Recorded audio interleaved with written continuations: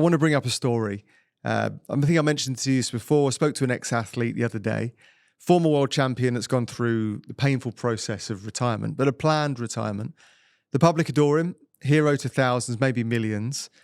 Now, people listening might think, what painful process? Why is that painful? He's got to do everything he's wanted to do. And it's because he's gotten fat on his achievements that others won't even get to taste in their lives. But trajectory is more important than position. And when you identify with what you do, and that's taken away by father time or a carefully curated exit strategy, then it's a painful decoupling. Figuring out the next chapter, who will I be? How will I support my family? What is left of my former self? So you, Chris, you've kind of had this status as CEO, decoupling. Before we kind of go back to the beginning, can you tell us about your step down as CEO from Metcash? Yeah, it was hard. It was extremely hard. And some people say to me, Chris, why was it so hard? Your health was failing. It would have been an easy decision to step down. But 53 weeks ago, almost to the day, I was admitted into hospital with cardiomyopathy. So that's heart failure, not heart disease. I learnt the difference between that because a doctor said to me after my angiogram, Chris, we've got good news and bad news. They're exactly the same. You don't have heart disease. Heart disease means you get a stent put in and, in 6 weeks' time, we ask you to live a better lifestyle. But a lot of people go back, but because the stent's in, they don't have the blockage of the arteries. But you have a growing of the heart, cardiomyopathy, you're in for a long road. Drugs, if drugs don't work, a device, if the device doesn't work, a heart transplant. All in day one, that was when I was diagnosed. Spent 7 days in hospital and went, wow, I'm going to try to beat this thing. Fast forward many, many months, because the day I got out of hospital, I sat in a group leadership team meeting and I just went back to work. I gave up drink, never smoked. Because the 3 questions asked, do you smoke? No. Do you drink? Well, yes. How much? Oh, probably 20 standard drinks a week. I work in the liquor industry. Can you give that up? Yeah, I reckon I can if I'm got to make myself better. Do you have stress in your life? Well, I don't feel like I have an enormous amount of stress, particularly in my mind. They said, yeah, your mind might have got used to it, but the body still suffers from the stress. And we think in your case it's probably, the heart suffering. Oh, okay.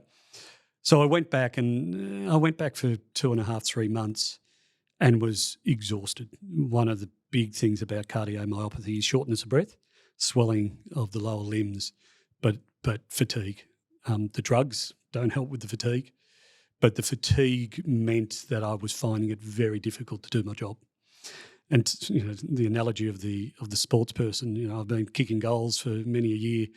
For some reason, that 10-metre sprint I can only do for 5 and I don't capture the ball. And I was really worried that, particularly in jobs like this, what you do today manifests itself in results or failure months or even a year down the track, because you're supposed to be concentrating on strategy and thinking about where the puck's going to go.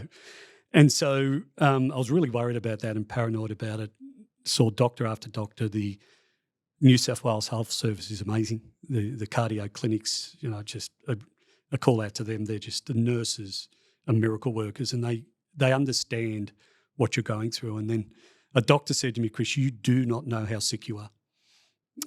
Samantha happened to be sitting beside me then. She said, if you don't stop work, you won't be around, and gave a timeline, and I won't go through that.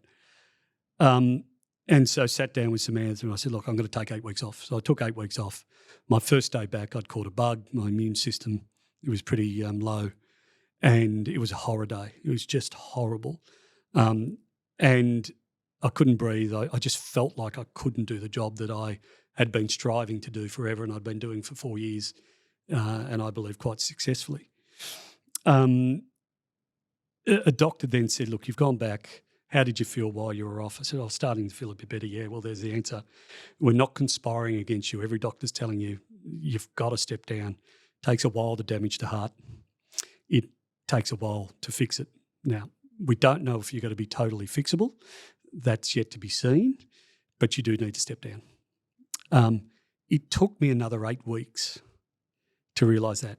Sundays with the grandkids, going through it. And people, after I'd made the announcement that I was stepping down due to ill health, said, how inspirational, well done, it must have been an easy decision. No.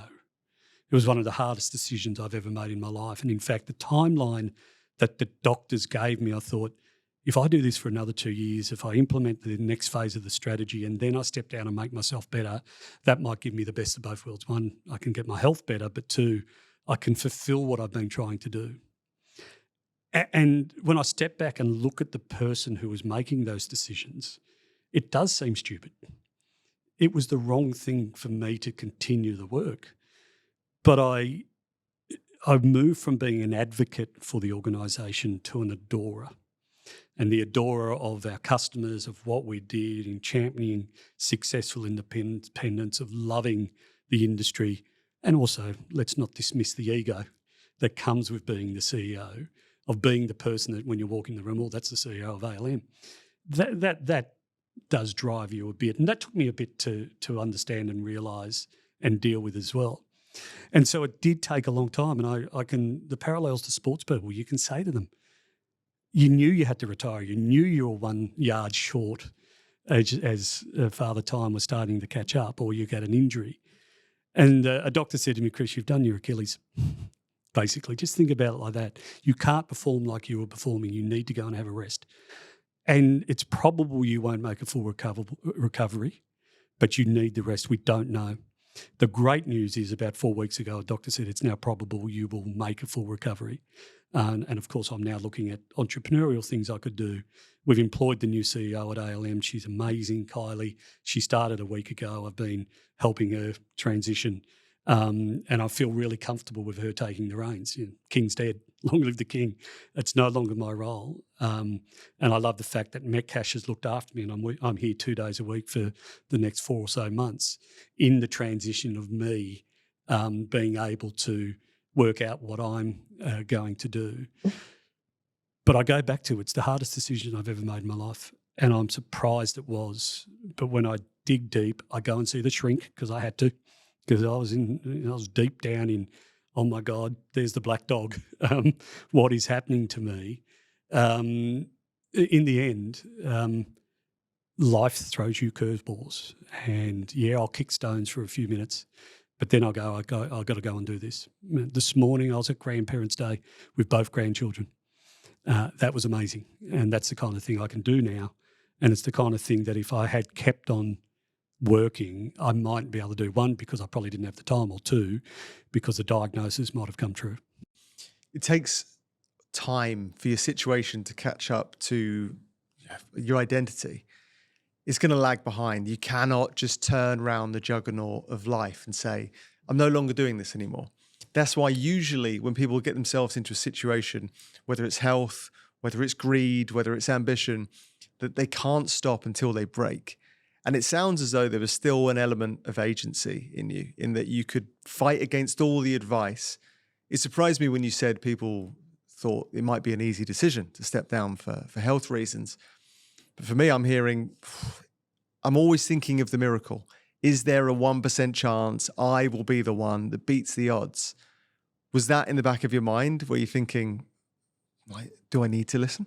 Yeah, I was, yes, it was. And what I was trying to do was work out whether or not the scientific diagnosis was relevant to me. And almost thinking that in the third person, watching me go through it, standing on the sideline and thinking, and really looking for the positives. And that's why Samantha started coming to every doctor's appointment, because I'd walk out and I'd remember the positive stuff. It's probable you won't recover, but it's possible. I'd walk out and say, it's possible I'm going to recover. I remember saying to the board at Metcash, there's a real possibility that I'll recover. And Samantha goes, now 32 years of marriage, and she's always been the smartest in the partnership. She'll listen. She's pragmatic, and she certainly lives every day as it comes. And the people who said it's inspiration that you stood down, must have been an easier decision to make because your health is more important than anything. I think partly don't think about it. And when somebody's sick, and one quality, and sometimes it gets me into trouble, is I'm very authentic. I just tell people the truth. And I'd come into the office and say, "How are you, Chris?" And I say, "I'm shit. I'm really feeling bad today." "Oh, okay." And you see the look on their face and they go, "Okay, what do I say next?" So don't worry about me. I'm just telling you exactly how I feel. I've had a big week. I'm really tired. I can feel I've got chest pain, blah, blah, blah, blah, blah. And what I've found now is that people love the honesty. It's just that they don't always know how to deal with it because they don't always hear it from people. I'm stoic. I'm the martyr. There was probably a bit of martyrdom in it, but there was also a bit of, hey, I'm going to be honest. I'm going to tell you that today is not my best day because I can feel that I've done too much. Then you learn what the body is saying to you, and then you know, I can't go to work today. I'm going to work from home, or I'm just going to sleep in. Because I was finding at midday I needed to go and have a sleep. And the biggest beneficiary from this was the dog. She loved me being at home. She loved jumping on the couch and lying beside me because all I seemed to do was want to go and have a rest. Do you think without the visibility and the real feeling of what was happening to you, you would have ignored it? Because it sounds as though, the things that are happening inside you, you can't see them, but it sounds like there's a real physiological response to what's happening. Sometimes when I was really kicking stones, and this is a really horrible thing to say, but sometimes I wish that my illness was visible externally so that people could see that you've got a broken leg or you've lost your hair because you've got chemo. I felt really bad about thinking like that, but another individual in the industry had a heart attack around the same time as myself. They got a stent and they're back at work and they're doing quite well. We've had great conversations about it, but most people think that you've got heart disease, not heart failure. And so therefore they think that, oh, you'll be back, everything will be okay. And you find yourself having to explain your infraction rate and all the things that go with cardiomyopathy. And 22 years ago, my best mate passed away of cardiomyopathy, a form of, there's 8 or so different forms, I believe. And the science that has advanced in the last 2 decades is phenomenal. One of the drugs I'm on has only been around for 3 years. And when you read medical journals from 3 decades ago, the outcome wasn't positive. Today, you can live with it with drugs, or you get a device, or, as I said, the heart transplant, which at this stage I don't need and it's unlikely, which is, thank God. The doctors are saying, Chris, you're doing the right thing. You're exercising, you've lost a bit of weight, you're not drinking, you've also taking the drugs that we've asked you to take, and you're quite diligent about it. This is the process part. And so therefore, the news that I've had only after 12 months is really positive in saying it's not just us and science, it's you, because a lot of people go back to their old lifestyle. Not that cardiomyopathy is always caused by lifestyle. It can be a virus, it can be anything and everything. Well, punishment only has a limited window, right? Yeah. Let's take drink, for example. If someone wakes up with a hangover, I'm never drinking again. And then by next weekend, guess what? Yeah. They're drinking again. Yeah. There's only so long the kind of punitive measures stick in place. It's the lifestyle recidivism that kind of comes along with habits that tempt us back in. Yeah. And the great thing about being a CEO, you do have a fair bit of discipline. So I honed that discipline into, once I made a decision, in trying to get myself better. And also, Mum was all over me. Mum, you might hear this. You're not a nag, but geez, you're being a nag. It's always good to have a mother around. Beautiful. And, she cared and she was scared. And one thing I didn't realise, and to Samantha as well, I had a little bit of control on what I could do. They didn't. Yes, the 2 most important females in my life, they do have a big say, but they were scared. Samantha having to take me to hospital a few times and me refusing. No, I'm not going to hospital. I'm just going to the doctor. Get to the doctor says, Christopher, what are you doing here? You should be in hospital. And you realise that they're right. Well, the discipline is there as a CEO, but I'm keen to kind of jump back into your early career. Yeah. Because I've heard you talk about this. There was almost this mercenary feel where you'd go in, do the job, 2 years, move on, 2 years, move on. What changed for you early on in your career that made you want to kind of stay? Yeah, and it was an epiphany moment that an individual gave me. So I had a lot of jobs in my 20s. I was 2 years as a sales rep or as an account manager, and I'd rotate through, and then I'd get very annoyed with the organisation, and I'd go and find another job and I'd exit. It's their fault. The blame game. The leader did this or did that or whatever it may be. I joined Lion 20 plus years ago, and it was a great job, national account manager, looking after the Woolworths liquor business for Lion Beer. And about 3 months in, I did my first ever LSI. So that's how I was introduced to LSI. And I had the classic salesman's bow tie, very competitive and very approval. So if you use an analogy, it's the dog who gets thrown the stick. That's the competitive. They run and get the stick, they pick it up, they go back to their owner and they sit beside them and they want to be patted. That's the approval. I want to do that again and again and again. So I was a really hard person to lead because I was exhausting. Tell me what you're going to go and do. I go and do it. Now go and pat me on the head. Tracy won't mind this. Tracy Keevers was her name. She was my first LSI coach.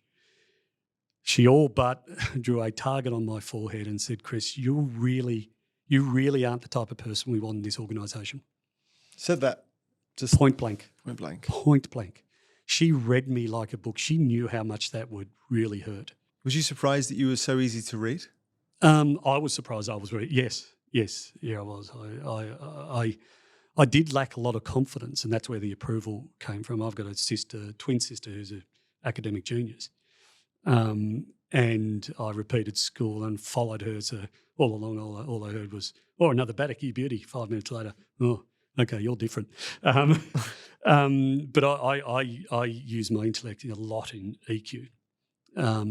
And so I was surprised, and that hurt me a bit. And so I went and found another job and said to Samantha, I'm going to leave. She said, no, you like this job. I know you do. Why don't you just try to stick it out? And so I decided to. And so I head down and really looked at the behaviours that I was displaying. And in the LSI, there's 20 behaviours 20 statements per behaviour in the circumplex. And you can drill down and you can see how your 360-degree feedbacks come back. And I saw that my approval was all about my confidence, and I wanted people to lift me up and tell me how good I was, et cetera, et cetera. And so I decided I needed to do something about that. And about 18 months later, I felt pretty good about myself, and I did another LSI, and it was predominantly blue, but there was a huge amount of perfectionism. And it took another 6 to 8 years to really control that perfectionism. And perfectionism can be a good thing. I want my pilot to be a perfectionist, but it can really damage you mentally over time because you never believe that you are good enough.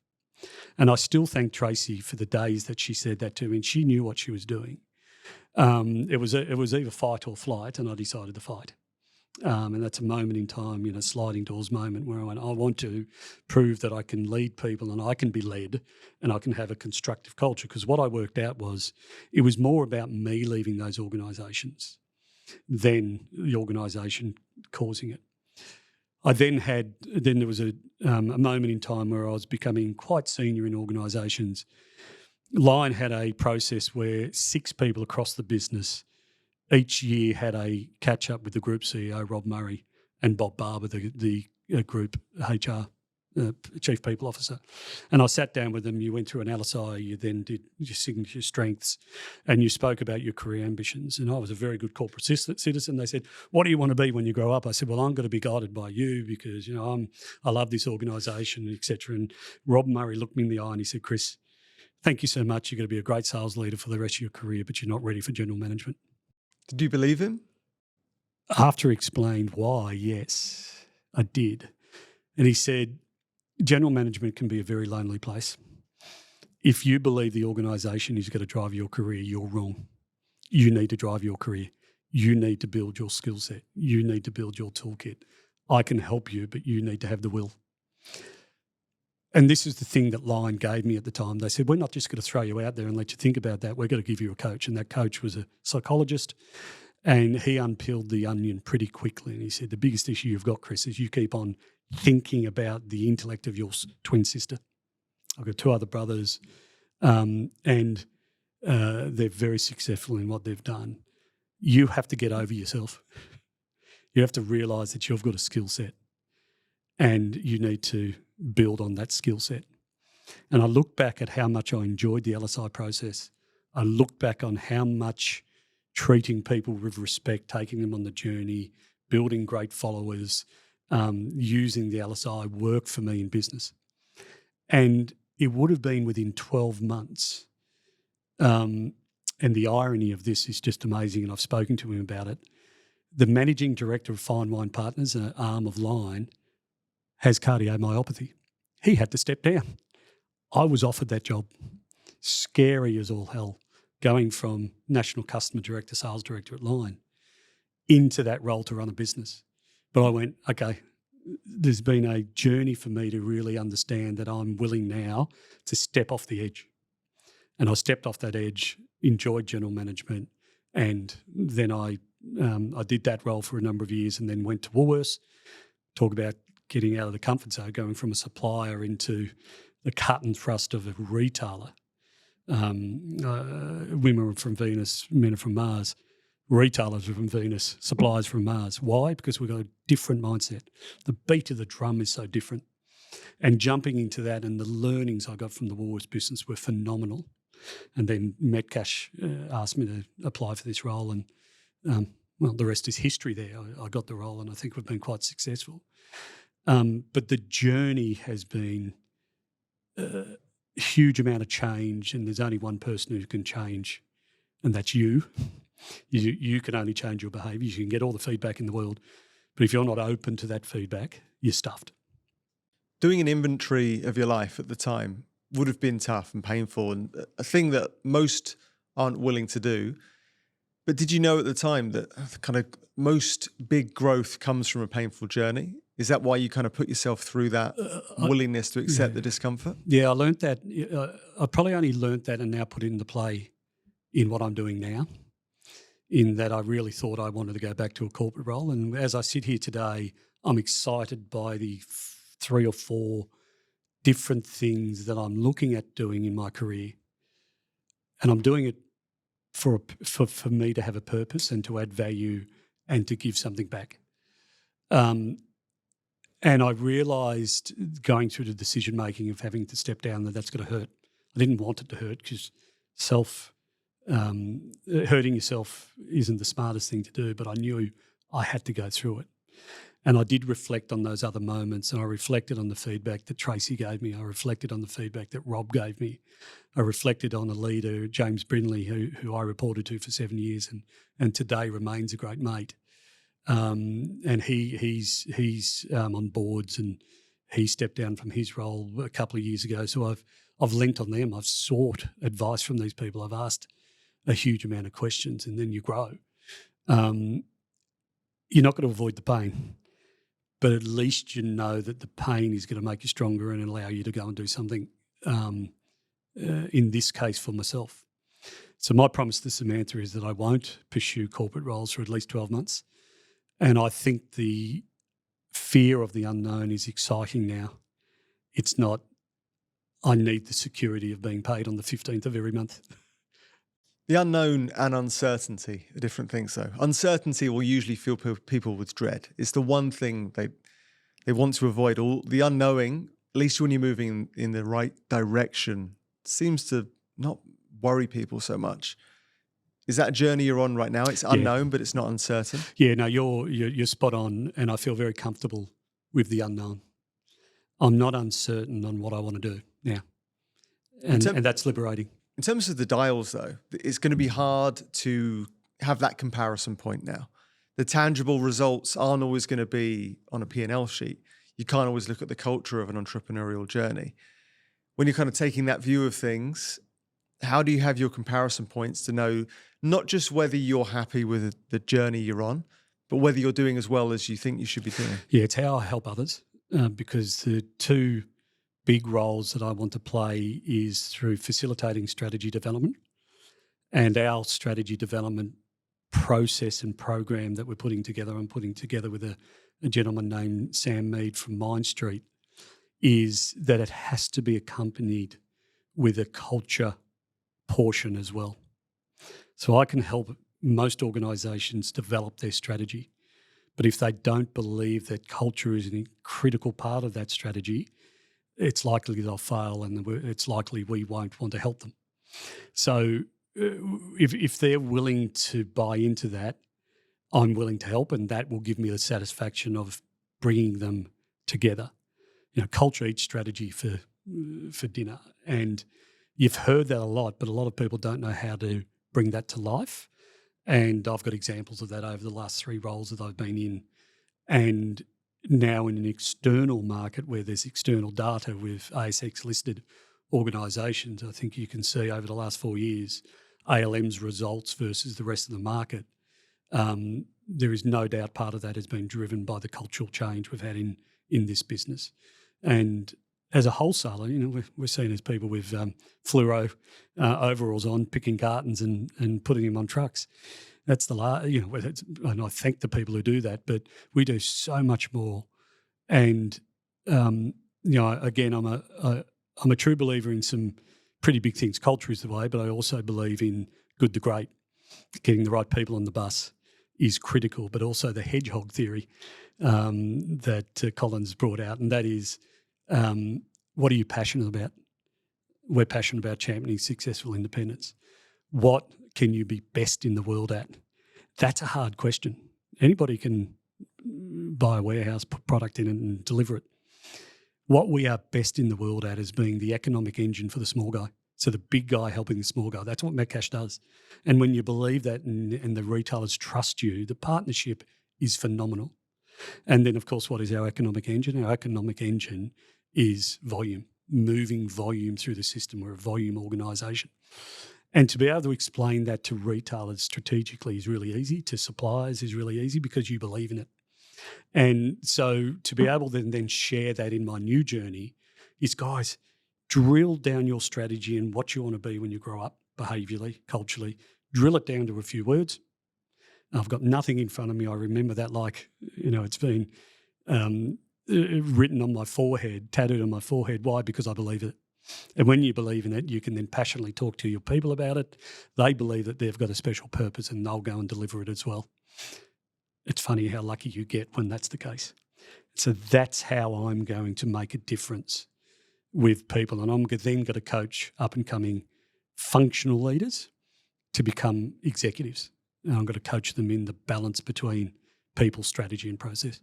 This must be such a different challenge to what you've been doing before, yes, albeit taking a lot of the language. Does this cause a whole different kind of headache for you to kind of come up with the right things to say? Or is it kind of it's naturally there in the index of what you've been doing for the last 20 years? There's a playbook that I've used in the last 3 organisations I've run, and that playbook is that culture is the way, people come first. And I've found, to my surprise, that people get really intrigued by that. Both people who go, what's his angle? And then they go, oh, okay, he actually means it. But then other leaders, and particularly in other organisations, more senior people who go, no, you must hit the number, you've got to be brutal, you've got to be unreasonable. And my attitude is you don't have to be unreasonable to lead people. You actually have to mentor, guide, coach, grant trust and let them do the things that you employ them to do. So there's that playbook. But what I'm finding, of course, is that when you're the CEO, the title opens the doors. The thing is, I'm guessing people want to report to the man or the person, right? Not to the job title. Yeah. Once you've kind of removed the banner, what does that do for the message? Or does it remove any of the gravitas or the credibility? Or? No, I find it hasn't, and the reason it hasn't is because there's proof sources over the last decade and a half, and that if you look at the results, particularly of the Metcash Liquor business versus the market and the culture, I did not lose one senior executive in my team in the 4.5 years I led it. I did not lose one voluntarily while I was here. And that was just an indication that people wanted to work for the organisation because we were all working at one level. So the results are there, and so therefore the gravitas of culture is the way works. So I've got industry people who are picking up the phone saying, Chris, can we talk about how you did that and what courage it took and how you convinced control and command leaders that it was the right way to lead people. Because I think in the world today we're seeing a transition from people who led in the early 2000s or even in the 90s who were control and command. They were brought up on control and command, almost military-like. And you're getting a new generation of employees who say, I'm well educated, I know the broader world, I want you to employ me for my opinion and I want you to listen to that, and then we move forward. Now, what happens is you always have to work on the 70% agreement, 100% commitment. Because if you truly believe in granting trust to people and listening to their opinions, you have to avoid groupthink. And if everybody agrees, you haven't scratched the surface enough. And so you've got to say, okay, we're in 70% agreement. Can you now all commit? And if you can't commit walking out of this room, we're not leaving here. Is there a danger of ever kind of coming up with this non-committal yes? Because sometimes people feel the pressure of agreement, the Abilene paradox or whatever it might be, and then they walk out the room, but the unspoken expectation is there. Yeah, and that's where the facilitation of the leader comes in. So the leader needs to ensure that they don't always use the captain's call. In fact, rarely use your captain's call and use it for that gravitas when you have to. You've got a 50-50 call. Guys, this is the decision. I've spoken to everybody. These are the reasons why we're moving forward. This is what we're doing. The less time you use that, the more people will follow, because to be a good leader, you need good followers, and you create good followers because they feel trusted. They feel trusted and they feel like they've been heard. So the facilitation of the leadership meeting is everybody is heard. I use lifestyle inventories from human synergistics a lot, so the LSI, and I believe in achievement cultures. And some people go, the blue styles in LSI are hug fest, it's kumbaya, etc., etc. But if you truly look at an achievement style, it is really hard to work for. Why? Because they set goals and they hold people to account. And that style, when managed properly, people understand, okay, we've come together, we've debated, I've brought everybody in the room on the journey. And that is by asking questions and being inquisitive. And if somebody is sitting there, Simon, you haven't said anything for 5 minutes. What is your opinion on that? You catch them out by, oh, that's right, I was doing my emails. That's cool. Next time, could you not do your emails? We'll have a chat if you do. Let's all be present and let's give your opinions. You'll find people in the room who just want to hear their own voice. It's a different way to deal with them. Okay, thank you so much, George. We've heard that. Let's hear from Simon. Simon, and you probe and you probe. And even I was getting Victoria, my EA, involved in these big decisions. She'd say, Chris, my business acumen isn't as good. I said, yeah, but you're representing the consumer. So can you give us a point of view from the consumer? So you're around the room, you check in, everybody's got a say, and then you make a decision. And what I found, if that works, you don't even have to make the decision because there's the consensus and everybody walks out going, you beauty. And then it's not the water cooler conversation that you hear about and people are pulling in the wrong direction. And one thing I do know for sure is that so many corporates don't believe or don't have the courage to lean in and manage those behaviours. And so therefore the amount of effort that goes on and trying to pull everybody together outside of the meetings causes a slowdown of the execution of the strategy. If you've got everybody in the room aligned, right, we've made a decision, we've agreed, let's move forward. Bang, away you go. It's not perfect, we're human. And in the LSI sense, power, using power. If the fire alarm went off in this building, I want the fire warden to come up to me and tell me to get out of here. I want them to use power. Power is a good thing in circumstances. But if you have somebody in your leadership team who's always using power or is always using competitiveness against internal people, it's destructive. Exactly the same as avoidance. If there's people in the room who are just trying to survive and are avoiding giving their opinion, they shouldn't be there. That's as destructive as somebody who's using power or competitiveness. So you need everybody to come in. And that's why eventually people go, actually, we are all in this together. The leader from time to time has to make a captain's call. This was going to ask, on a similar sense, when you've got the leadership from a position of prestige, when there's trusted opinions that come down, and it's not times of war, so they don't need the captain's call. What happens when the followers are used to a leader in war?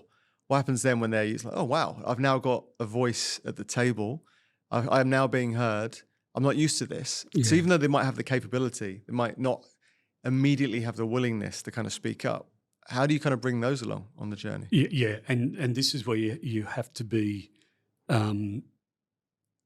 open, honest and deliberate about the culture that you're trying to create. And I think most organisations don't have the courage or the fortitude to be able to say, the P&L needs to look like this at the end of the year. I want the balance sheet to be X and I want our cash flow to be Y. And I also want our culture to be achievement-focused or constructive.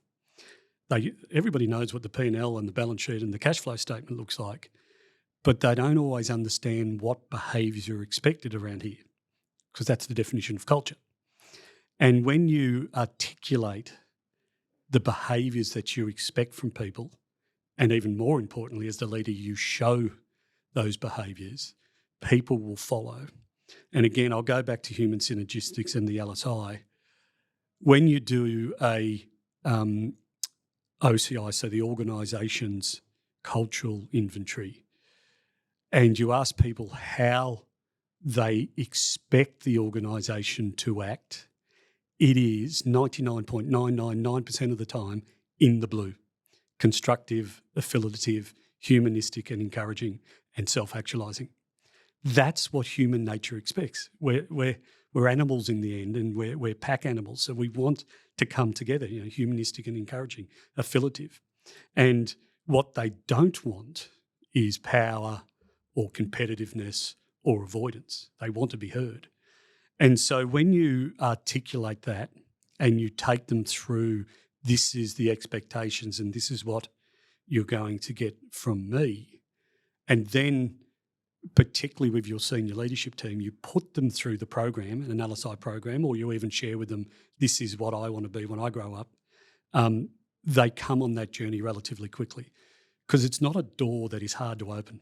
If you said to somebody, how would you want your boss to interact with you, they mightn't use the 4 words, humanistic, encouraging, affiliative, et cetera, They mightn't use that words, but they use some sort of definition of those words. I want to be listened to. I want my boss to have my back. I want the organisation to actually listen to my opinion. I want to have a purpose in this organisation, and I want to be able to make a difference. And if you give that to people and they make a mistake, they generally come to you and say, hey, boss, I stuffed up. What are we going to do about it? Beautiful. What's the solution? Aren't you going to talk to me about how I stuffed up? Look, we'll talk about that later, but right now we need to find the solution. People stuff up. I do every day. I had a boss who said to me many years ago, Chris, 50% of your decisions are going to be wrong. Just make sure to the small ones. But we're humans. We're not perfect. I love that concept, though. I can't remember who I was speaking with the other day, but they pointed out the margin for error. So if let's say you're a pilot, then yeah, you need to be right 10 times out of 10. You cannot be wrong. If you're a chef in a burger joint, maybe you need to be right 7 times out of 10. And there's this kind of threshold of perfection that people strive for. But so many roles, so many times in our life, we might think, oh, I can't ever be wrong. But when you break it down, yeah, there is margin for error. There is room to make mistakes. Yeah. If you believe that you can learn from them. Yeah, and the more senior you get, the more responsibility you have but the less influence you have on the external environment. And the external environment's got to come and hunt you down. COVID hit, and wow, I remember sitting in the boardroom and we had half a dozen board meetings in 3 weeks because we didn't know what was going to happen. Everybody was going, what the hell's going to happen here? And my business fell in a hole. And the board asked me to do a forecast of how much I was going to miss my number by. And it was hundreds of millions of dollars. So much so that the business decided to do an equity raising. And, everybody got used to lockdowns. Did we get used to lockdowns? It's probably the wrong word, but we accepted them. And then all of a sudden we got into a stride and our liquor business went from strength to strength. We were fit before COVID. We had the right stores, but the consumer was going to the big chains and they were forced to go into the smaller store, the local store, and they went, oh, geez, I like what I see. There's good price, there's good range, and the person behind the counter is somebody I see all the time. There's a bit of a leadership story in that as well. So you have to adapt. You have to understand what the external environment is. You can't do much about it. So therefore you have to come internal. And that's why, again, and one of the things I'm doing now, I've stepped down as the CEO, is I built a keynote speech that is titled Culture is the Way. There's a Harvard Business Review article that talks about, with the invention of AI and, of course, our smartphones, no longer do you need to be the smartest person in the room because you've got a Google search away, and very soon with AI, it will probably pop on your phone before you even say anything that this is the answer that you're looking for this certain subject. And what matters and what is going to be the competitive advantage, and this is what Harvard is saying, is how you do things. How you do things is how you behave is your culture, so therefore culture's the way. And the organisations who realise that will have long-term sustainable results. If you go back to the year 2000 with Collins and Good to Great, that was entrenched in the concept. Now, Good to Great, half the organisations didn't go on to continue to build on what their success was. And I put that down to because a lot of leaders go, okay, we've been successful, what do we change? Some of the most boring strategies in the world are the best ones. And my view is that making sure people feel welcomed, who are good followers, who are given lead and trust, be it boring, but boy, it works because they'll go the extra mile. There's statistics that say organisations who have great cultures actually do better, but you've got to work on it. And that's back to the point of, your P&L, what culture do you want? And do you measure it? And what do you do about your cultural survey every year? Do you actually deep dive and do you go, yeah, we've got a problem here. Let's go and do a plan for it. I've heard leaders, and I've seen it in many businesses, you get the cultural survey and the leaders sit around and make excuses. The survey must be wrong. They didn't understand that question. No. The people are trying to tell you something. Take the data and do something about it. Well, to get the discretionary effort is the hardest thing because let's say, for example, in a sporting analogy, if you looked at the top players and they said they all ran 10 kilometers, they all had this average speed, they all did this. But when you look at and you can see it in someone's face, in their eyes, in their effort, when you get the discretionary effort, because things happen all the time that have never happened before. Like COVID, for example, making a forecast with really no backstory to base evidence on. It's an impossible task. I mean, maybe not impossible, but it's a guesstimate. Exactly. The accuracy is extremely improbable, but having people that have the reaction from the discretionary effort is more than you can ask for, because you cannot ask for the discretionary. It needs to be something they're willing to do without being asked. I believe everybody's got it in them. You have to find a way to get it out. One of the biggest criticisms and development areas that I've had as a leader and as I grew up in business was, Chris, you give people too much rope. And I probably do, but I have this belief that people do come to work to make a difference. And you have to find a way to see how you get that out of them, how you treat them, how you respect them. I believe, when I was at Woolworths, we used to joke that everybody turned up in a grey suit and white shirt. Certainly not today. You see Brad Banducci wearing the Woolworths T-shirt, And that's fantastic. And the name badge, people say, "Oh, Brad, why do you wear a name badge?" Because everybody in our business who serves a customer wears a name badge. So do I, because I serve customers. And so when people turn up to work and have to pretend, they're wasting energy on pretending. So I was talking to his name's Chris in this business today, and I said, "I'm doing a podcast. Do you mind if I mention your story?" So he sits outside my office. Lovely, lovely gentleman, but really quite shy. Tattooed 90% of his body. And I took a real interest in him. I was fascinated by the tattoos, et cetera, et cetera. And at first he was a little bit, it's the CEO. No, man, I'm just a human being having a chat. You're in about 5 minutes after I walk in the morning, we have a chat. He started to blossom. He started to talk to me. He started to tell me things about our e-commerce business that I'd never find out and what we needed. We then decided to put him on a course. Okay, go and learn what you're telling me about, still with the business. And I was talking to him a few weeks ago and he said, "Chris, you know, I've gone and bought a house. I'm engaged to be married. And part of that is because you treated me like who I am. You didn't see me as a bloke with tattoos. You came up and spoke to me. I didn't mean to do that. I just treated him like anybody else in the business. You're a human being. Let's have a conversation." And he just loved it and he blossomed. I just happened to find a way to get into his psyche that we cared and that his opinion mattered. And that's not performative either. That's genuine. You're not faking the authenticity. I'm not. No, and you've got to be authentic. And it is my upbringing that, you know, treat everybody with respect. That even though the title sometimes gets the doors open, you still treat people with respect. You ask them questions. You're inquisitive. You learn when you ask people questions, and that's what I was doing with Chris. And Chris loved it. I didn't realise the impact I was having on him. And when he opened up to me and said, "This is the impact you've had on me," I said, "That's amazing because it helps me as a leader lean in and do it more." Because I did have a situation where I was accused of being a bully. And there was some legal ramifications for that, et cetera, et cetera. And I was distraught about being called a bully. And I thought to myself, no wonder some CEOs retreat and aren't really interactive with the troops. And I've had CEOs say to me, "Chris, you can't build a relationship with all the people in the business because one day you might have to fire them. You've hired them, you might have to fire them." And I really thought long and hard about the approach I take. And I went, you know what?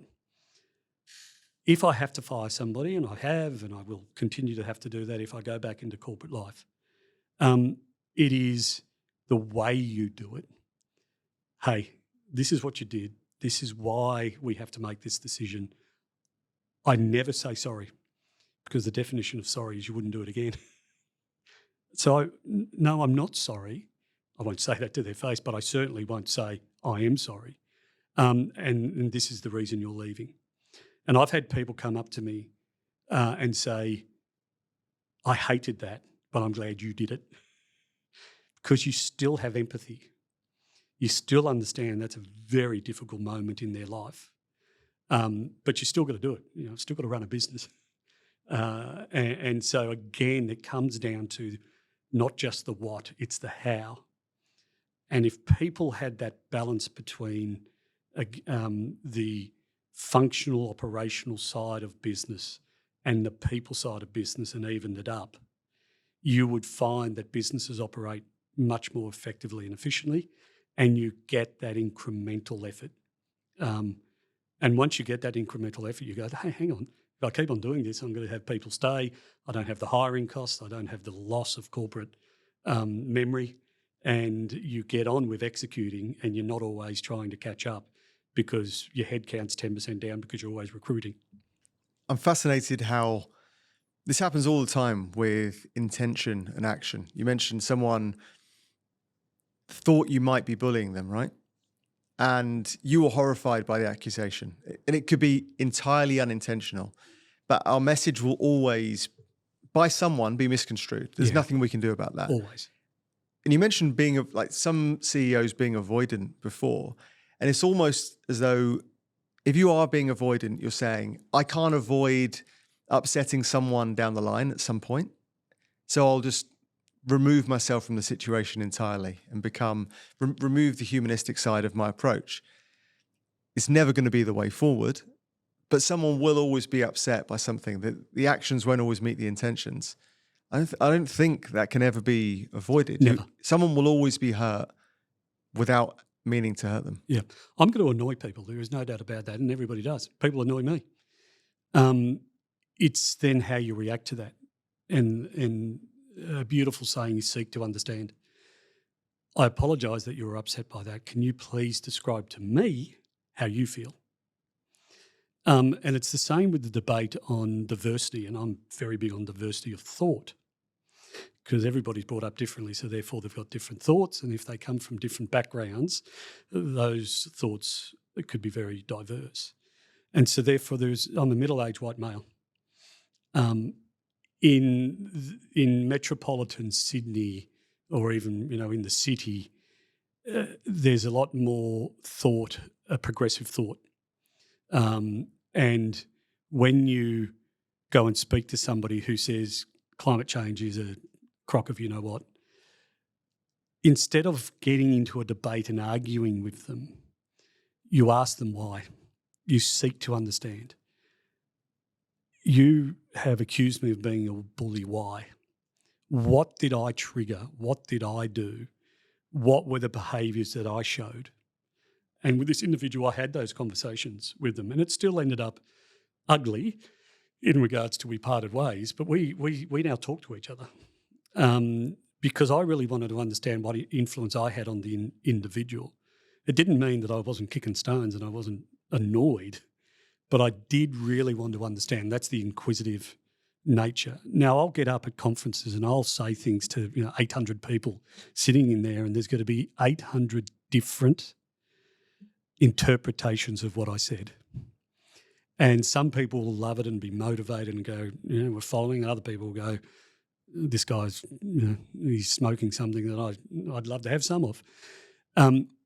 If you've got the approachable attitude of the seek to understand, I want those people to come and say, hey, this is what I thought. Okay. How I said it mightn't have sunk into you. How else could we have the conversation, et cetera, et cetera? So you leave yourself open so people can seek to understand themselves. And I think that's really important in business. I'm a true believer that the vast majority of the times you can bring two opposing sides together and find an outcome. Has to be a will. It's true. The thing that's caused me so many issues with the kind of purity spiral is where people are in your cohort. So if I'm on the left and you're on the right and we have entirely different disagreements on a value or a situation, of course, there's a sea between us. But when we might have the same value proposition, the same politics, and then we find issue, then it feels a lot closer to home. If I disagree with someone on 99 things out of 100, big surprise, we disagree on this too. But if I agree with someone on 99% of things, and now they find cause to find issue, then I'm like, wow, this hits home more. You're in the family, you're in my belief system, and you're disagreeing with me. It causes me to really struggle more to seek to understand than I would if I was on the completely other side of the fence. I think that's a really valid point, and it probably emotionally touches you more than anything, and that's when you have to double down on your unconscious biases and push them to the side and try to understand where they're coming from. Because if they're of the same value, if they have got the DNA under the waterline, the same values as yourself, you might be missing something. Shock horror. We're all human, as I've said before, and if you're missing something, you've got to ask those questions. Now, yes, asking those questions takes more time. There is no doubt about that. But it's at that time, in the moment in time, if you can resolve earlier, therefore you've freed up time later on. And even in the building of a business plan with a supplier or a customer, having been on both sides of the fence in retail, I've built business plans for a very long time, and it's on one page, your KPIs, my KPIs, joint KPIs, and then the most important thing is the car park. What can't we agree on? And in the first sessions you've agreed on what you can do together, but let's agree on what we can't do together. I'm not going to give you all my profit. I know you want to be more profitable, but so do I. So let's tick off the things that we know we can do together because they're going to benefit both parties. And it's amazing how you find as you go down that list how the car park gets easier. And then it bubbles up and you'll go, okay, how do we mutually grow the profit pool, for an example? The old marketing saying red ocean versus blue ocean. How do we take it from kill or be killed to creating new ideas and expanding the profit pool? And if you dive into the car park first, you'll find clash. Let's find how we can work together. We trust each other because we've done that, and then you can face into the hard stuff. Feels logical, but not a lot of people have the process to be able to do that. And there's three things I believe I've got in my job: people, process, and strategy. Strategy, set the strategy, communicate it, almost like a politician, repeat, repeat, repeat. Then get the right people who are going to execute that strategy, either skill set and thinking, but then put the processes in place.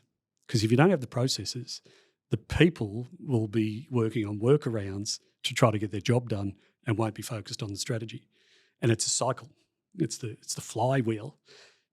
As a CEO, getting those three things right, the flywheel will work, and then you can start concentrating on what's going to happen in Horizon 2 and Horizon 3. What are the things in the external market that I can't influence, but I have to do something about? What's going to happen with the legislation of liquor? What's going to happen in the Pilbara and the Northern Territory with restricted trading hours? How do I continue to ensure that the public gives me a license to operate in a product that in the end of the day alters one's mind? It's a drug. And so therefore you have a duty of care. And so how do I continue to ensure that it's a sociable product and not a product that harms? And how do you think about that? I've been telling the industry for quite some time, the zero alcohol category could be a real shot in the arm for a drop in consumption of alcoholic beverages over the decades. But you're choosing to go and sell a bottle of beer and a meat pie in a service station for $10. That's stupidity in my mind. In my personal opinion, that's stupidity. Why? Because what you're doing is, why is non-alcoholic beer taking off? It's because it tastes like beer. The last thing I want to do is sell that in a non-licensed premise. And I use the analogy of, remember years ago when we were growing up as kids, we used to buy candy cigarettes. They were long, they were white, they had a red painting on the front. Governments banned them. Why? Because we were getting kids into the habit of having a cigarette. And my view is that a product that looks like alcohol, tastes like alcohol, but is non-alcoholic should be served in a licensed premise, should be sold in a bottle shop. Otherwise, legislators will come and say, hey, what are you doing? Now, that might be controversial, and I'm sitting here as a private individual and I'm no longer, an officer of Metcash. We've got a supermarket business, so they've got to do the things that they need to do. But leadership and strategy is about predicting what might happen in the future. And so therefore you really do need to make sure, well, let's avoid those issues by making decisions today. And let's, for that example, let's drive non-alcoholic products as hard as we can, but let's push for them to be in licensed premises. For you, in the early part of your career, sales is the center of your universe. As you've gone through that career, culture has become the North Star. And other businesses may want to do that, but they may be successful going in the direction they've been going. But they know to reach the kind of next level, they need to kind of heed your advice, take this on board. But they can't just change course if things become difficult along the way. How can they navigate with your advice through this kind of next part of the journey? Yeah, it's not wholesale change overnight. It's not I wear black and now I'm wearing blue. It's not a bang, flipped a switch. It's a gradual change. And the behavioural change, you have to believe in that behaviours can change. You have to believe that you can change your own. And then you go on the journey. And we're all human. And I am fully aware that I fall into behaviours that I don't always like. And when I do it, I call myself out. I say to people, I used a little bit too much power there. I apologise. This is the reason I did it. I'm human. The human synergistic guys talk about it's okay to go into those behaviours. Just don't pitch your tent there, and don't be known for that. And I had a leader who said to me, Chris, I've never met somebody so competent but who was such a big cuddly teddy bear. Okay, please describe to me what you mean. Well, you never seem to be ruffled. Your feathers are all, you're always calm. You always listen to people. And I said, yeah, because that's what I want to be. I want people to know that I care, but I also want people to know that when the going gets tough, and the achievement side is that I'll hold them to account. I will set goals. I'll strive to ensure that the business fulfills its promises. But I'll do that without banging my fist on the desk. Now, every now and again, I'll get the shits, yes. And people know that and they go, oh, hang on, what triggered him there? It's human nature. Am I proud of that? Well, sometimes, yeah, because they had to hear. Sometimes you have to go into the red and use power because people aren't listening. And again, it's human nature. The distractions we have in our life today means that sometimes you don't always hear. How many times have I gone to my phone in a meeting? I do it myself, slap myself in the wrist and go, could you stop doing that? But I still do it. And so therefore I can't get cranky on others who do it. But I just have to highlight it to them. Hey guys, let's concentrate. And guess what? Our meetings will be so much more productive. We'll get more done, and then you can go and look at your phone. And it might be within working hours as well. I love that. Again, not punitive, because the punishment won't last, but the reward will stick. No, it can't be punitive. And I'm selling a sociable product. I'm not saving lives, for goodness sakes. And you've got to get over yourself half the time. And this is where organisations, and one person said to me, Chris, the way that you've been a successful salesperson is nowhere near the way you've got to be a successful leader. And when I started to coach, I used to work out what my SSO was, my single sales objective. And I would manipulate the coaching conversation to get the outcome. And one day I asked somebody, I said, how do you feel about the coaching? And I said, well, Chris, you've led me to the water and you dunked my head in it. And I went, okay. So I didn't leave myself at the door. I wasn't inquisitive. I'd actually worked out what I wanted the outcome to be, and I led you there. That is not a great coaching session. And I realised all the training I had to adapt. And so I had to go and teach myself how to shut up, park myself, and really be in the moment with that individual.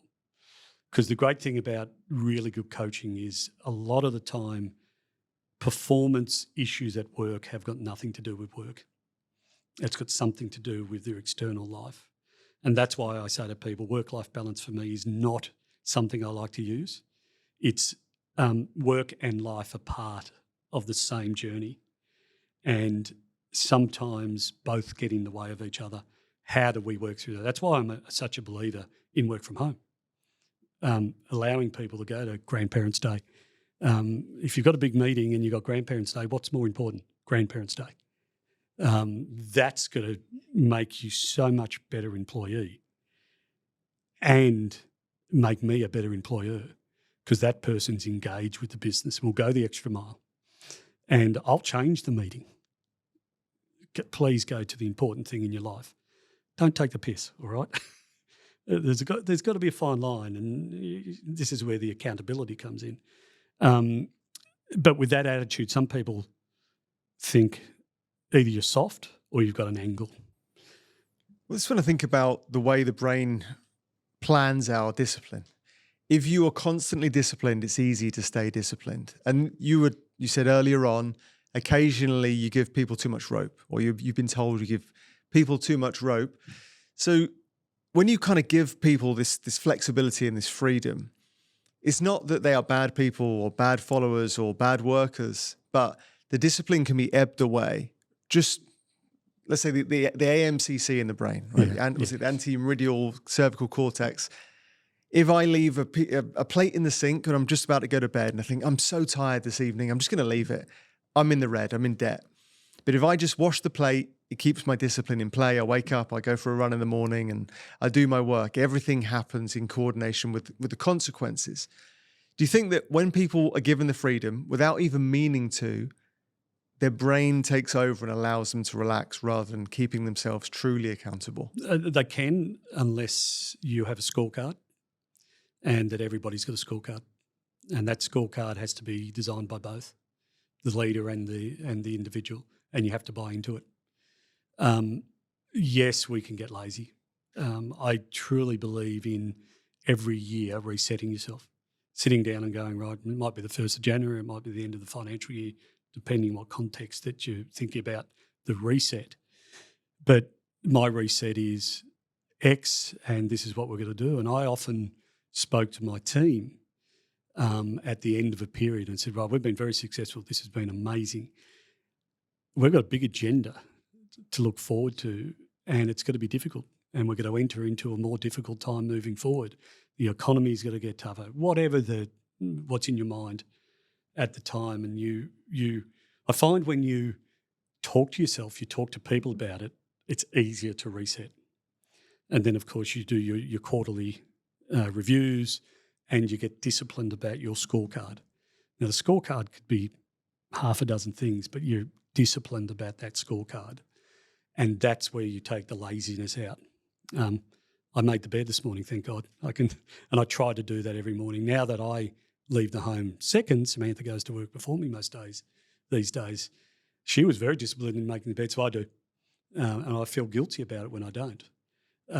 So I think the 4 stages, unconscious incompetence. I was about to ask you. Yeah. Unconscious incompetence. What's this journey? What does this mean? Yeah, so it's a journey that when you find out feedback from somebody that you are unconsciously incompetent in something, you didn't have a clue. Chris, a real-time example of what that Chris, might be? you are a really hard person to lead. The approval that I have to give you for you to be motivated is really frustrating. Oh, that hurts. Tracy, you're not the type of person that we want in this organisation. Oh, that hurts. And you have to accept that as being, I'm unconscious of how I'm affecting other people. So you're unconsciously conscious. You don't know. When you're told that and you accept it, you are consciously incompetent. But you've got to try to do something about it. And then, of course, as you work the neural pathways on trying to make change, you become consciously competent. But you still have to think about it. I'm in a meeting, and one of the things I do in the meeting is overtalk, as you can tell in this podcast. Geez, I can talk the leg off a chair. I have to be conscious of that. Let other people fill the room. Shut up, give them room. And then when you get really good at it, like Tiger Woods with his golf swing, he is unconsciously competent because he can walk up to any ball and put it within 4 foot or whatever it may be. Golf maybe is a bad example because we're all human, and so therefore that 1 millimetre change, it's probably a good example because your brain can drift off to something and you have a different thought process and you go back to what you used to do. But you've got to build those neural pathways to make the change of your behaviours. And it has to start with 360-degree feedback because if you don't know, you don't know. And when you do, decide to work on it. And then when you work on it, you're conscious about it and then it becomes second nature. Anybody who's driven to work or driven home from work and has said, which way did I go? They're unconsciously competent of driving to and from work. I'm glad you mentioned Tiger Woods, and it's going off piste a little, but something I'm keen to look at. So many people are envious or jealous, or they want the position they see. They see Tiger Woods as a golfer, but they might forget the human he is behind that. They forget he's been chased down the driveway by his missus with a driver. He's had multiple affairs. They might look at you and see you've had the CEO position, but at what cost? There's a stress that's embedded yourself into to you potentially that's removed the ability to do the things you want to do. When you see people that have lofty ambition and they want to reach the highest heights, do you think that they're willing to truly sacrifice all the things it takes to get there? The vast majority of time, no. If you go back to the footballers, the one person that I have an amazing respect for, Andrew Johns, is a legend of rugby league. He had the talent, but all stories, selling Tui's new in Newcastle, meant you knew a lot of Newcastle, a very big brand in that area. The legend of his training regime, the amount of work he did to become who he was. He had the talent, yes. A lot of people have got the talent, but they haven't got the internal will to really be the best they can be. I've got a personal value proposition. Be the best you can be, really make a difference and have a great time doing it. And I try to live by that.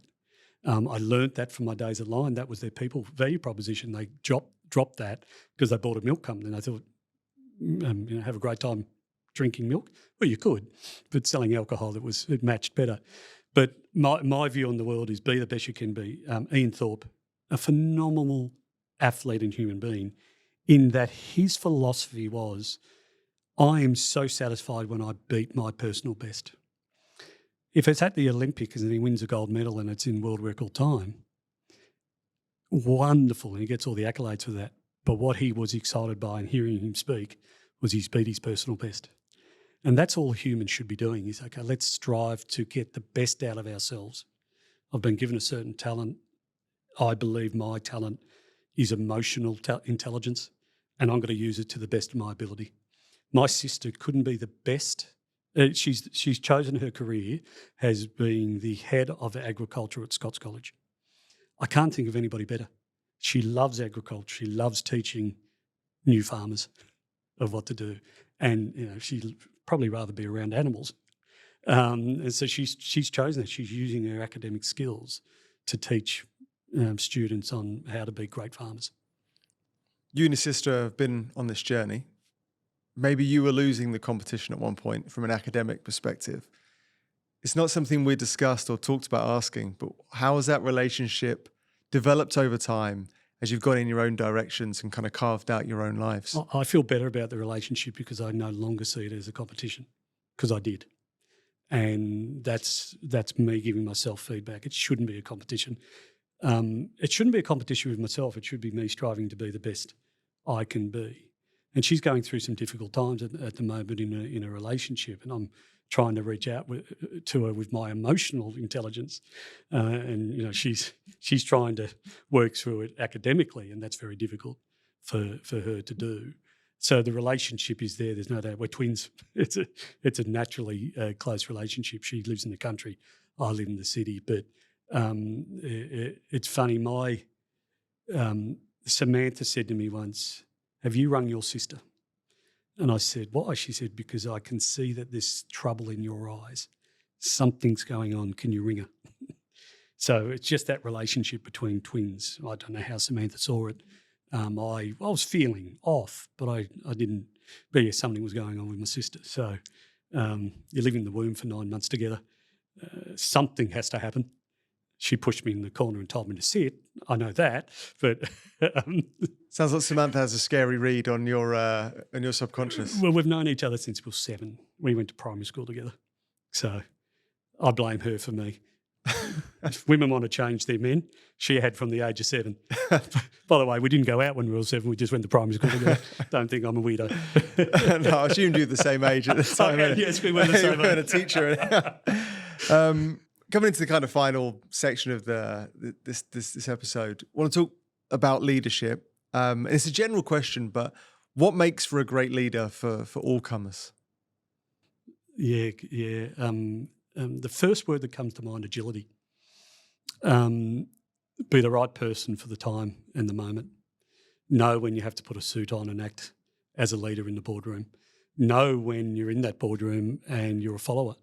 Know when you need to really sit down and knuckle down with people and know when you've got to have fun with those people. So it's adaptability. Try not to use your perceived power because you're the CEO. Use it sparingly and it will make so much more impact. Understand that your role is to guide, coach, mentor, and develop the direction of the business and bring them on that journey. Brad Banducci, who employed me at Woolworths, and I think he's one of the best strategic minds in this country. When he first became the CEO of Woolworths, he said to me, Chris, when I became CEO, I thought I could make some decisions, but the amount of stakeholders I have to talk to and get them to come on that journey. He had 210,000 people reporting to him. And so therefore you have to make sure you win the hearts and minds of those people. And just because of the title, it doesn't mean you're going to. And, the recent media around Woolworths would show that is always an effort. So you always have to be trying, you always have to be understanding your stakeholders, and you always have to be knowing that just because you are confident in the journey that you've got to take, it's not you who can do it on your own. You have to bring those people with you. And once you, as a leader, you realise that, you find it easy to go about it. And those leaders who go into control and command generally find that the rotation of themselves through the roles are shorter because the control and command can work. Boxers in a boxing ring want to knock their opponent out. You can do that, but eventually you're going to get knocked out as well. So you've got to take people on the journey. Brad Banducci, good example, going through a difficult time in the press right now. And there can only be so many advocates because only so many can know him. But when you're in the firing line in such a public position, so many people will misconstrue what's happening and who you are, what you do. They'll think, yes, that's the iceberg underneath the tip. I knew that was the case. You're trying to be authentic every day. And even though you need to show a different part of yourself to each kind of part of the business, the board, the public, how do you remain authentic, but also kind of keep the guard up when you have to face so many different individuals in the public sphere? You have to understand that there will be haters and those haters will hate. And I used to get annoyed by that and it used to get me down. I used to get frustrated, but they'll hate. And so therefore you just got to move on and if you do believe in yourself that you're doing the right thing and that you're true to your own values, you're not pretending and you can be yourself, you're comfortable in your own skin. Self-actualization. In the end of the day, Maslow, self-actualizing is that you're comfortable, you've got what you want, and that is not it's physically what you want and mentally. It's not the material side, and that takes a long time to learn. And by the way, I still like material things, and I sometimes say to myself, "Do I really need that? The new golf club or whatever it may be." But it does come down to your value set, and you realise, particularly, Brad's a much more public figure than I've ever been or ever will be. But you have to understand that because you're the CEO, some people are going to not like you because you're the CEO, and you've got to feel comfortable with that. Otherwise, you can't do the job. One thing I've noticed, even in a conversation today, there is no sense of victimhood about anything that's happened. And I heard about this experiment called the facial scar experiment, where people were sent into interviews and they were given fake scars on their cheeks. Just before they would go in, they would say, just quickly come in, we're going to check the scars, make sure it all looks right. And they would remove them. These individuals would go into the interviews and their feedback would be, yeah, I was treated differently. Things went wrong. They judged me because of these scars on my face. When they told them to look in the mirror, they were shocked to see the scars have been removed. But because people simply believed they were a victim of something that had happened, it ruminated with them, it resonated, they couldn't let it go. You have reacted to adversity like someone I've probably not seen this, except in possibly sport. How have you managed to take on so much adversity? You've taken on the haters, maybe not in such a public sphere as Brad, but have you taken on the hate, the adversity, the things that have gone wrong, and constantly picked yourself up without wallowing in like the pity of things that have gone wrong. Yeah, 2 words, shit happens. And in business, you can choose to wallow in that, or you can choose to make a difference and create a solution.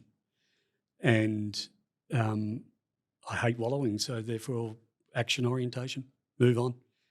I can't change it, but I can change the course of the outcome. I can't change that I've got cardiomyopathy now.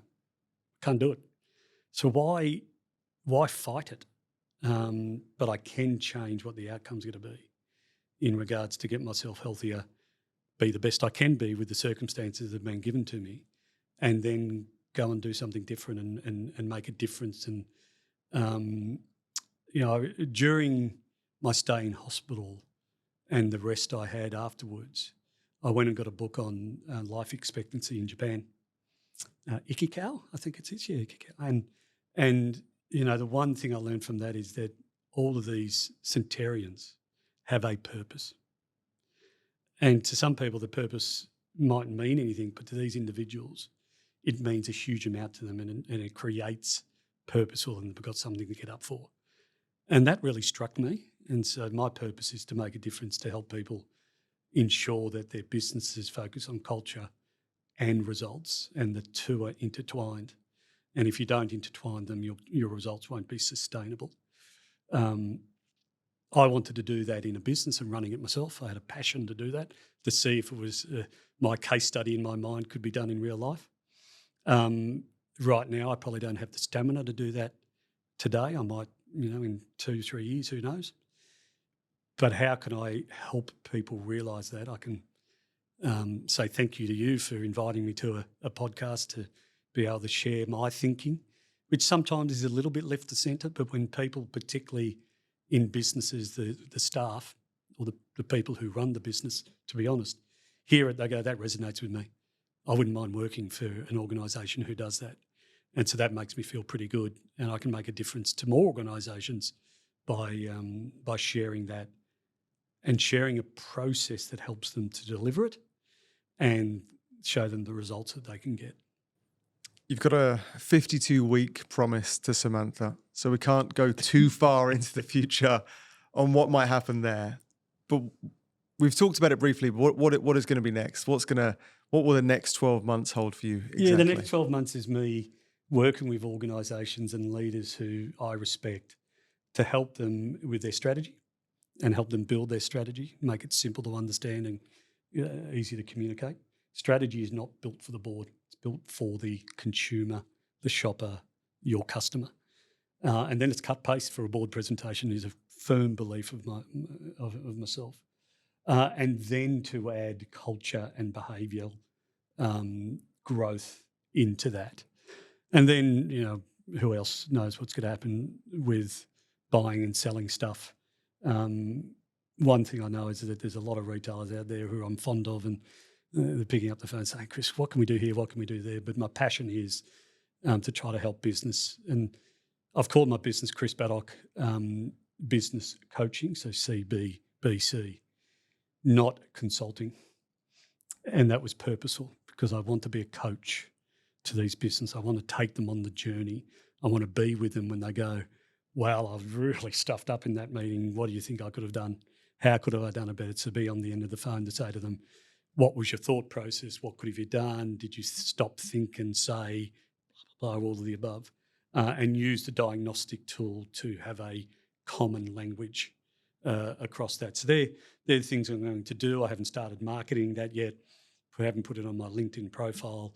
It just happens to be I'm feeling so good in myself now, health-wise, that it's a matter of weeks before I start really pushing into that. And my promise to Samantha, which is a promise to myself, is let's see how that goes. I'll probably spend more time with the grandkids, probably get the golf handicap down a little bit, and that I think will fulfil me in at least the next 12 months. Well, hopefully we've not cannibalized any of the IP that's kind of going into the coaching, but I think everyone's going to be looking forward to hearing more from you, Chris. And thanks so much for coming on the show. Thank you.